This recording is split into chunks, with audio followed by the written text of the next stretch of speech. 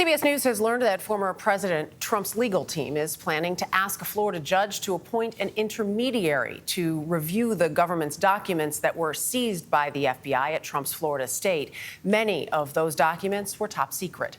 A federal judge has given the Department of Justice until next week to file a redacted version of the affidavit that it used to get approval for the search of Mar-a-Lago. The document, which one prosecutor described as a roadmap of their investigation, could then be released to the public. Natalie Brand is in our Washington newsroom with the latest. And Natalie, that's what has a lot of people concerned. Good morning. Good morning, Dana. And while the DOJ faces that deadline set by the judge's order, we've also learned two sources close to former President Trump say that his legal team is thinking through how to handle security footage that shows FBI agents executing the search warrant at Mar-a-Lago. That's in addition to this potential new motion. Nearly 2 weeks after the FBI removed classified and top secret documents from former President Donald Trump's Florida home, CBS News has learned Trump's legal team may soon file a motion that would seek the appointment of an independent official to examine the seized documents. One of the benefits of a special master, if the master agrees with us, is we can stop DOJ in their tracks when it comes to inspecting these documents. The development comes as a federal magistrate judge in Florida has indicated he could potentially unseal parts of the affidavit behind the search in what would be an unprecedented move.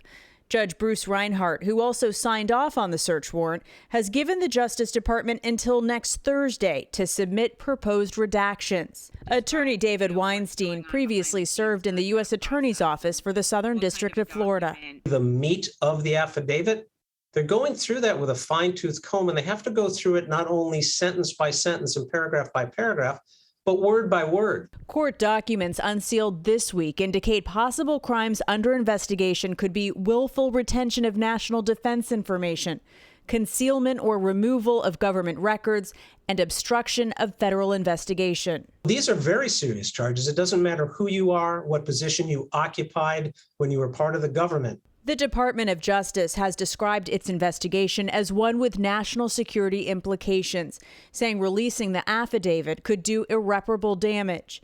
But more than a dozen media organizations, including CBS News, argue the public has a clear and powerful interest in understanding more of what prompted the unprecedented search. It's just one of multiple probes involving the former president.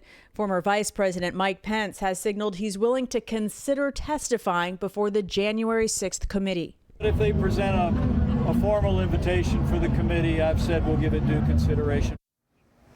Meanwhile, some lawmakers are now calling on social media companies to address a rise in violent threats against federal law enforcement since the search at Mar-a-Lago. They want to know how the companies are planning to prevent their platforms from being used to incite violence. Jeff. Natalie, thank you very much.